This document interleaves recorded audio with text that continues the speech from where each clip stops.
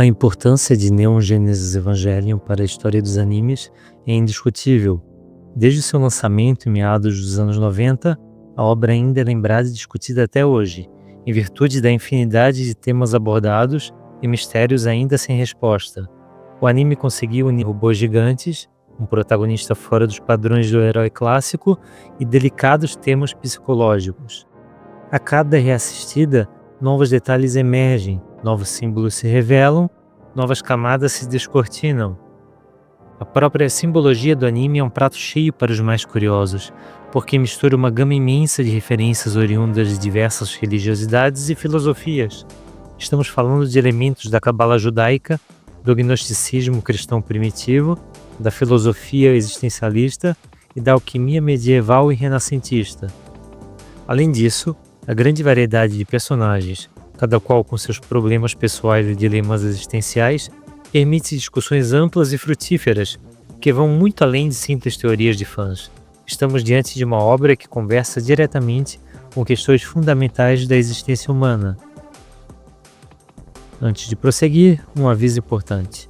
Este vídeo apresentará muitas revelações sobre o enredo de Neon Genesis Evangelion.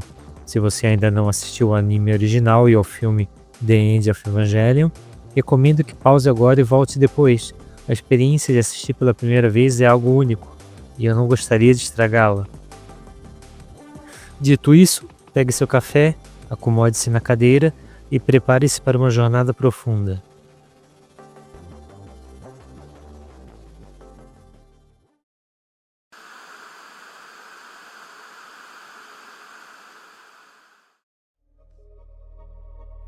Antes de adentrar no conteúdo do vídeo propriamente dito, gostaria de compartilhar que este vídeo é uma adaptação de um texto de minha autoria que escrevi para o blog do Dissidência Pop em 8 de setembro de 2020. Eu não planejo adaptar todos os meus textos antigos em vídeo, somente aqueles aos quais eu creia que realmente vale a pena essa adaptação. E bom, este é um destes. A inspiração para esta análise surgiu de um acontecimento específico do episódio 20. Para recapitular brevemente, depois de uma luta ferrenha contra o anjo Zeruel, uma das batalhas mais brutais de toda a série, Shinji Ikari atinge uma sincronização extrema de 400% com a sua unidade EVA 1. A máquina desperta em modo Berserk, rompe as amarras e, num ato de pura selvageria, arranca o núcleo central do anjo e o devora. Mas esse despertar tem um preço. Devido à sincronização extrema, a barreira que separa o piloto da máquina se dissolve completamente, e Shinji se liquefaz dentro do líquido LCL, mesclando-se com a alma de sua mãe, Yui Ikari, que já se encontrava fundida no coração do EVA 1, desde o acidente de contato ocorrido anos antes. Este é um fato crucial dentro da mitologia da série, e é um ponto de virada na jornada psicológica do protagonista. De certa forma, a experiência vivida por Shinji no episódio 20 foi uma pequena amostra, um prelúdio em escala reduzida do que seria a instrumentalização humana planejada pela Seal e, de certa forma, também por Gendo Ikari. Para quem não se recorda, a instrumentalização humana era o projeto de dissolver todas as almas humanas em uma grande sopa primordial de LCL, desfazendo todas as individualidades e criando uma consciência unificada, um oceano de ser onde não existiriam mais barreiras entre as pessoas. Por sorte, depois de muitos esforços da equipe da NERV, comandada pela Major Misato Katsuragi e da própria vontade de Shinji, que travou um intenso diálogo interno dentro do seu próprio consciente, o garoto conseguiu renascer, reconstituindo o corpo material e retornando ao mundo físico. Diversas interpretações filosóficas, psicológicas e místicas podem ser feitas a partir deste fato tão rico de simbolismo. No presente vídeo, realizarei uma análise destes símbolos a partir da psicologia analítica de Carl Gustav Jung e da interpretação dos processos da alquimia, seguindo principalmente os estudos do psiquiatra Edward Edinger. Este é um convite para olharmos para o Evangelho não apenas como ficção, mas como um verdadeiro mapa simbólico do desenvolvimento psíquico humano.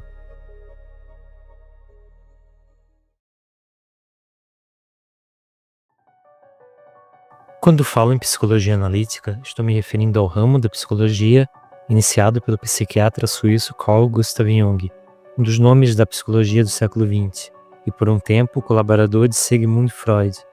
Jung rompeu com Freud justamente por entender que a psique humana não era movida apenas por pulsões sexuais reprimidas, mas por uma força muito mais ampla e profunda, que ele chamou de energia psíquica, e que se manifesta através de símbolos. A psicologia analítica enfatiza a importância da jornada individual em busca do si mesmo, que é a totalidade da psique, a integração de todas as nossas partes conscientes e inconscientes. Um elemento absolutamente preponderante na psicologia analítica é o estudo dos símbolos religiosos, mitológicos e culturais, como forma de desvendar os mistérios da psique humana, que os mesmos padrões simbólicos se repetiam em culturas completamente diferentes e isoladas umas das outras, em mitos, contos de fada, tradições espirituais e sonhos de pacientes. Isso levou a formular a existência do inconsciente coletivo, uma camada profunda da psique compartilhada por toda a humanidade. Mas afinal, onde entra a alquimia nesse processo todo? Para a maioria das pessoas, a alquimia é lembrada apenas como uma proto-ciência equivocada, uma busca ingênua de transformar chumbo em ouro ou de criar a pedra filosofal. De fato, a alquimia possui suma importância como estudo e desenvolvimento das ciências, numa época em que não se conheciam em profundidade as propriedades dos elementos e processos químicos. Figuras como Paracelso, Roger Bacon e Isaac Newton dedicaram anos de suas vidas ao estudo de textos alquímicos. A pedra filosofal, inclusive, tornou-se um elemento bastante presente no imaginário popular, aparecendo em obras mundialmente conhecidas como o mangá e anime Fullmetal Alchemist. Contudo, a alquimia se estendeu também aos campos da filosofia e do misticismo, e foi justamente Jung quem percebeu que, embora os alquimistas acreditassem estar estudando as propriedades da matéria, eles estavam, na verdade, projetando conteúdos do seu próprio inconsciente sobre as substâncias e processos químicos que manipulavam. Os alquimistas estavam descrevendo, sem saber, os processos de transformação da alma humana. A transformação do chumbo vil em ouro nobre era, no fundo, uma metáfora da evolução espiritual do praticante. O psiquiatra Edinger, um dos mais brilhantes continuadores dos estudos alquímicos de Jung, aponta uma questão fundamental, que nos ajuda a entender por que a alquimia é tão valiosa para a psicoterapia. Ele explica que as imagens da alquimia conseguem concretizar as experiências de transformação pelas quais passamos no processo terapêutico. É importante compreender que a alquimia consiste em diversas operações e uma infinidade de imagens, muitas vezes sobrepostas umas às outras e de difícil interpretação. Era do interesse dos próprios alquimistas comunicar seus saberes por meio de códigos e símbolos complexos, porque eles acreditavam firmemente que tudo aquilo que era minuciosamente claro e bem explicado carecia de verdadeiro significado. O conhecimento verdadeiro precisava ser conquistado com esforço e não simplesmente entregue. Não se sabe precisamente quantos processos alquímicos existem. Alguns autores falam em 7, outros em 12 ou até em 14. Porém, é possível traçar aqueles mais importantes e principais, que são 7. Calcináceo, solúcio, coaguláceo, sublimáceo, mortificáceo, separáceo e coniúncio. Em português, respectivamente, calcinação, solução, coagulação, sublimação, mortificação, separação e união. Para os propósitos deste vídeo, vou me ater ao processo da solúcio, o qual faz referência direta ao ocorrido no episódio 20 de Evangelion.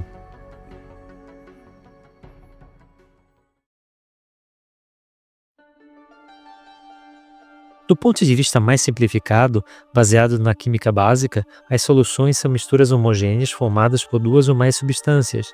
Os componentes de uma solução são denominados de soluto e solvente. O soluto representa a substância que é dissolvida, o solvente é a substância que dissolve. Na alquimia, o significado é semelhante, porém muito mais amplo e carregado de simbolismo. Para o alquimista, solúcio significava com frequência o retorno da matéria diferenciada ao seu estado indiferenciado original, isto é, a prima matéria primordial. Considerava-se a água como útero e a solúcio como o retorno ao útero para fins de renascimento. Mas o que exatamente é essa tal de prima matéria? Esse conceito se baseia no entendimento filosófico antigo de que tudo o que existe era formado, em última instância, por um único elemento primordial. Essa ideia é típica de pensadores pré-socráticos, os primeiros filósofos da Grécia Antiga. Tales de Mileto, que viveu no século VI a.C., afirmava que a água era a substância primordial de todas as coisas. Os alquimistas herdaram essa ideia, e para eles uma substância não poderia ser transformada antes de ser reduzida à prima matéria. Era preciso desmontar, desfazer, dissolver antes de reconstruir. Isso vale tanto para metais quanto para almas. A prima matéria é frequentemente representada como o caos primordial que precede a criação do cosmos ordenado, uma massa informe e escura que contém em si todas as potencialidades, mas que ainda não se diferenciou. A partir disso, já é possível perceber de forma clara que Shinjikari, ao se dissolver no líquido LCl de sua unidade EVA, passou por um processo de dissolução alquímico. Ele, um ser sólido, desapareceu no solvente, retornando a um estado de indiferenciação, mas por ser um ato simbólico e como tal não se resumia a um significado único e simplista, precisamos desenvolver mais o tema para chegarmos às suas implicações psicológicas profundas. A arte, o mito e o símbolo nunca são apenas uma coisa, eles são camadas sobrepostas de significado. O estado de pura possibilidade antes da manifestação. Em Evangelion, o LCL funciona exatamente como essa prima matéria. Um líquido âmbar, de odor sanguíneo segundo a própria Rei Ayanami, que dissolve as formas individuais e retorna tudo ao seu estado primordial. A jornada do herói em muitas tradições passa por um retorno simbólico a esse estado caótico. Uma dissolução da velha forma para então emergir renovado.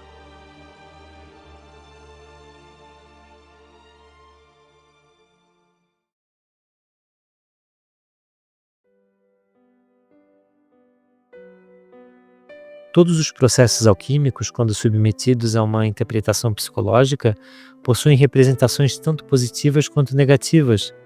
Não existe luz sem sombra. O fogo da calcinácea, por exemplo, pode ser experimentado como o fogo infernal da angústia e do sofrimento mais intenso, ou como uma inspiração ardente e transformadora. O mesmo se aplica integralmente a Solúcio. Na situação específica de Shinji, o lado positivo de se dissolver no LCL e reencontrar a alma de sua mãe, que reside permanentemente no núcleo do Eva, foi ter-lhe permitido compreender um pouco mais sobre os sentimentos dos seus pais em relação a ele. Estes conteúdos de sua psique estavam até tão inacessíveis ao garoto, como que petrificados, endurecidos, cristalizados em formações defensivas que o impediam de sentir o amor que tanto desejava. Porém, ao misturar esses conteúdos no líquido simbólico, ao mergulhar nesse solvente psíquico, foi propiciado o início de uma compreensão, o derretimento das defesas que o mantinham isolado da verdade sobre o afeto de seus pais. Neste sentido, verificamos como o processo de solúcio corresponde de maneira precisa ao que ocorre na psicoterapia. Explico com Edgar. Na psicoterapia, os aspectos fixos e estáticos da personalidade não admitem mudanças. Eles são estabelecidos, cristalizados e têm absoluta certeza de seu caráter justo e imutável. São aquelas crenças que carregamos conosco por anos, do tipo: eu não mereço ser amado, ou nunca vou ser bom o suficiente. Para que a transformação ocorra, para que esses padrões possam ser desmontados e substituídos por algo mais saudável, esses aspectos devem primeiro ser dissolvidos, precisam ser desconstruídos, liquefeitos, para que possam ser reconstruídos. Para deixar essa questão um pouco mais clara, cito um trecho fascinante de uma receita alquímica antiga, atribuída a Artépios. Por meio deste texto, será possível traçar um paralelo absolutamente claro com a situação vivida por Shinji no episódio 20.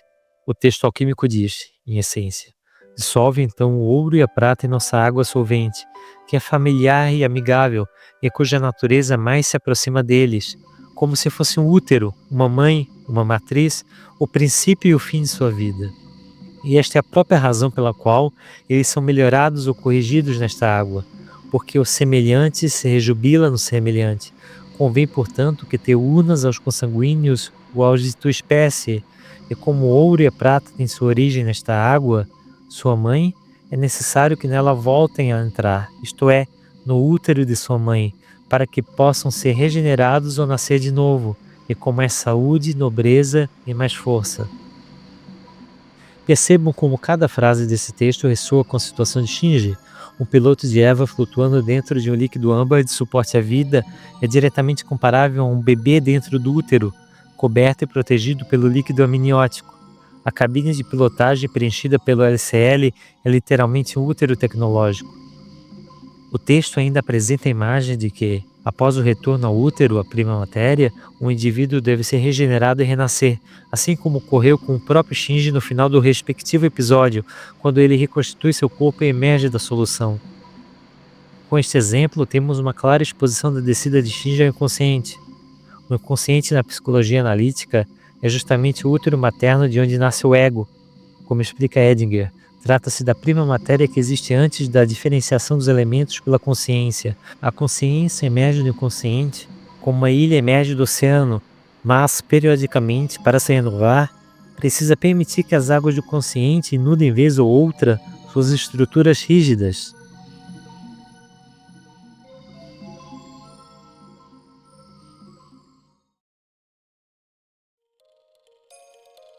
Como bem aponta Edinger, cada operação alquímica exibe um aspecto inferior e um superior.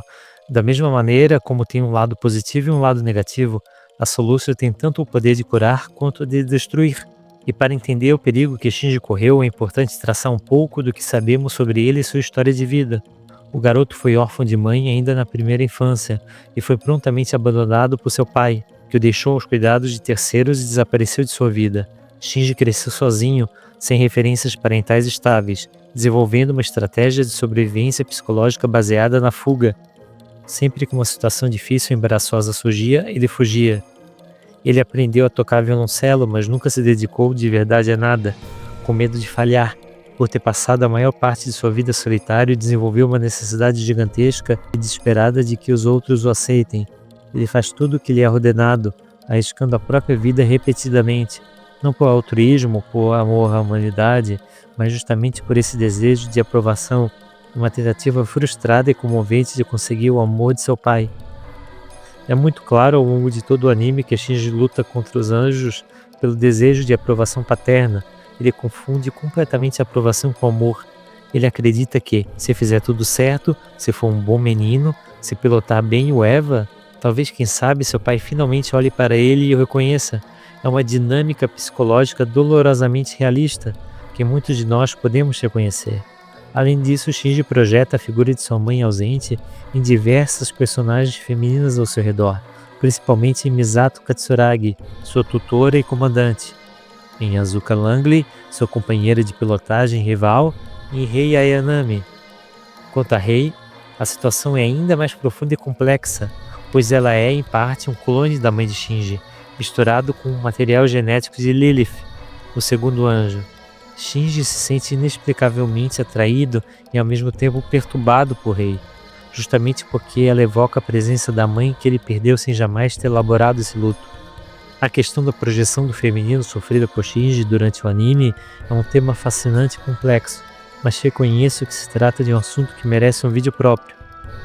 Continuando, ainda sobre Asuka, Misato e Rei, no episódio 20, enquanto Shinji se encontra dissolvido no LCL, o rapaz se depara com diversas imagens criadas por sua psique e trava longas conversas com elas. Esse diálogo interno acontece em um espaço mental que parece um trem, um motivo recorrente na série que simboliza a jornada da vida e o movimento entre destinos. Shinji faz questionamentos profundos sobre qual o motivo das pessoas serem gentis com ele, qual seria a real vantagem de retornar ao mundo material repleto de dor e outros assuntos existenciais angustiantes. Depois de uma cena onírica em que aparece uma praia iluminada por uma luz poente, as três imagens femininas, Asuka, Misato e Rei, aparecem nuas, fundindo-se umas nas outras, e clamam sedutoramente a Shinji para que este se una a elas, num abraço que promete a dissolução de todas as preocupações. Este é precisamente o aspecto perigosíssimo da Solution, que neste caso assume uma forma de pura e simples dissolução do ego, um convite à aniquilação da individualidade. Shinji busca desesperadamente escapar de toda dor e sofrimento. A proposta de se deixar levar pelas sedutoras ofertas de escapismo da realidade feitas pelas figuras femininas de sua psique é quase irresistível. Neste aspecto, elas assumem o papel arquetípico das sereias da mitologia grega, aquelas criaturas que, com suas canções hipnóticas e belas, levavam os marinheiros incautos até as profundezas do oceano, onde encontravam a morte por afogamento. Edinger faz uma observação crucial que se aplica perfeitamente ao caso de Shinji. Ele diz que um ego imaturo tende a achar extremamente prazeroso render-se à permanência numa feliz regressão. É confortável voltar ao útero, é quentinho, não há demandas, não há expectativas, não há dor. Todavia, no estágio posterior do desenvolvimento psicológico, a perspectiva de Lúcio vai gerar grande ansiedade e resistência, porque o estado de autonomia do ego, alcançado a duras penas ao longo da vida, estará sendo ameaçado de dissolução. E então Edgar faz uma afirmação que é quase um aforismo: uma solução feliz é a mais perigosa. Quanto mais sedutora e prazerosa a regressão, mais perigosa ela é para a integridade psíquica, pois mais difícil é resistir a ela. Interessante mencionar o imenso perigo que Shinji correu ao mergulhar em seu inconsciente e encontrar a doce imagem da mãe acolhedora. Neste sentido, destaca-se o conceito de incesto urobórico, formulado por Erich Neumann, outro grande nome da psicologia analítica. Neumann explica que o incesto urobórico é uma forma de penetração na mãe, de união com ela, que contrasta de modo agudo com as outras formas posteriores de incesto. No incesto urobórico, a ênfase no prazer e no amor de maneira alguma é ativa ou genital. Ela se mostra muito mais como um desejo passivo de dissolução e de absorção. A pessoa simplesmente se deixa tomar passivamente, afundando no que os gnósticos chamavam de pleroma, oceano diferenciado da divindade, dissolvendo-se num oceano de prazer. É o que os alemães chamam poeticamente de Liebestod, a morte de amor.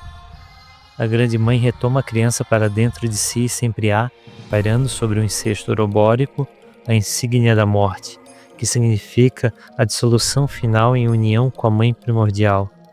Neumann continua: o incesto urobórico é a auto-entrega completa à regressão, é a forma de incesto típica do ego infantil, que ainda se acha muito próximo da mãe e ainda não alcançou a si mesmo, não se diferenciou como um indivíduo separado. Shinji, seu estado de sofrimento extremo, se encaixa perfeitamente na descrição do ego que busca essa dissolução. Na mitologia e na ficção existem inúmeros exemplos dessa solução feliz e perigosa. Um dos mais emblemáticos está na ópera O Anel dos Nibelungos, de Richard Wagner, obra, aliás, que tem diversas ressonâncias com o Evangelion. O herói Siegfried, em determinado momento, expressa o desejo ardente de mergulhar nas águas do rio Reno, onde habitam as donzelas que guardam o ouro mágico para aplacar suas dores e seu ardor existencial. Assim, geralmente, quando há um desejo expresso de afogamento, de mergulhar em águas simbólicas para aplacar as dores e sofrimentos da existência, estamos diante de uma imagem do aspecto negativo da solução. Este aspecto negativo se manifesta nas mais diversas fugas da realidade que conhecemos, como a própria expressão popular sugere, afogar as mágoas.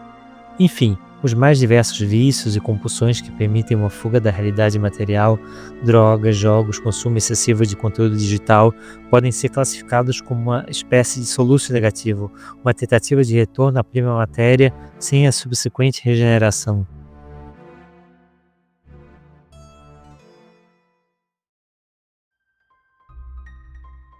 Foi nesse mergulho profundo e arriscado no oceano de seu próprio inconsciente que Shinji finalmente se deu conta de uma verdade fundamental. A alma de sua mãe reside permanentemente em sua unidade Eva. Ela está lá, consciente, protegendo-o. Ao entender que sua mãe o amou e o ama, a ponto de ter escolhido permanecer no Eva em vez de retornar à forma humana, e que pelo menos em algum nível seu pai também o desejou, afinal Gendo o chamou para pilotar e mesmo que de forma distorcida buscava se reunir a Yui, permitiu que Shinji encontrasse forças para escapar da indistinção e se afirmar como um indivíduo separado. Ele escapou da dissolução do seu ego e literalmente de todo o seu ser físico. Aqui é pertinente trazer o entendimento do historiador das religiões Mircea Eliade. Eliade explica que a imersão na água simboliza um retorno ao estado que precedeu a forma, um mergulho no pré-formal, no caos anterior à criação. Isso equivale a uma total regeneração, um novo nascimento. A imersão significa uma dissolução de todas as formas, uma reintegração à condição informe que precede a existência manifestada. De igual maneira, emergir da água é uma repetição do ato cosmogônico da criação, o momento em que a forma foi expressa pela primeira vez. Ao sair do LCL, Shinji está repetindo o nascimento do cosmos a partir do caos. Está literalmente se recriando. No entanto, essa não foi uma experiência simplesmente agradável para Shinji. A possibilidade de se deixar levar para um modo de existência destituído de sofrimento foi extremamente tentadora, quase irresistível. Felizmente ele conseguiu escapar desse perigo naquela ocasião. Mas vale lembrar que ele seria novamente testado e de forma ainda mais radical no clímax absoluto da obra em The End of Evangelion. No filme, durante o terceiro impacto e a instrumentalização humana, Shinji é colocado diante da escolha definitiva: permitir que toda a humanidade se dissolva em LCL, pondo fim a toda dor e solidão, ou rejeitar essa falsa utopia e restaurar a existência individual, com toda a angústia que ela inevitavelmente acarreta. Mesmo que os relacionamentos humanos causem feridas profundas, mesmo que as pessoas se machuquem umas às outras, esses relacionamentos são a essência da vida, são o que lhe permitiu experimentar a existência em sua plenitude. O ato de Shinji abandonar o seu paraíso intrauterino, sem dor e sem sofrimento, e abraçar a realidade que lhe era tão cruel e dolorosa, mas que ao mesmo tempo lhe permitiu conhecer, interagir e, apesar de tudo, gostar de tantas pessoas, é um importante ato de afirmação de sua individuação. Neste sentido, nada melhor do que encerrar com as próprias palavras de Jung, que disse algo que ressoa profundamente com a jornada de Shinji. Jung afirmava que a nossa própria natureza é a distinção. Se não nos distinguimos, ultrapassamos nossa própria natureza, afastando-nos da criatura que somos. Caímos na indistinção e entregamos-nos à dissolução do nada. Essa é a morte da criatura, portanto, morremos na medida em que não nos distinguimos. Daí o esforço natural da criatura para alcançar a distinção, para lutar contra a perigosa igualdade primeva, a indiferenciação primordial que ameaça nos tragar. Jung dá a isso o nome de princípio da individuação. Shinji chega ao ápice da sua distinção justamente no momento em que nega a instrumentalização humana. O que acontece depois daquele final enigmático na Praia Vermelha é um mistério que permanece em aberto até hoje e provavelmente sempre permanecerá. Mas essa ambiguidade é intencional.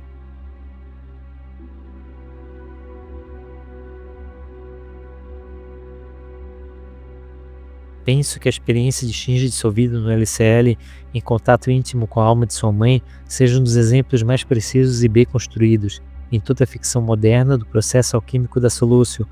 O presente texto não teve e nem poderia ter a pretensão de esgotar um tema tão vasto e profundo. A intenção foi apenas trazer à luz um novo ponto de vista sobre uma obra tão complexa e multifacetada como Neon Genesis Evangelion. O que acharam dessa análise? Deixe nos comentários as suas impressões, teorias e sugestões para os próximos vídeos. Se vocês gostaram do conteúdo, não se esqueçam de deixar like e compartilhar com aquele amigo que acha que pode gostar também. E se inscrever no canal, claro, ativando o sininho para não perder nenhuma atualização. E é isso, até a próxima!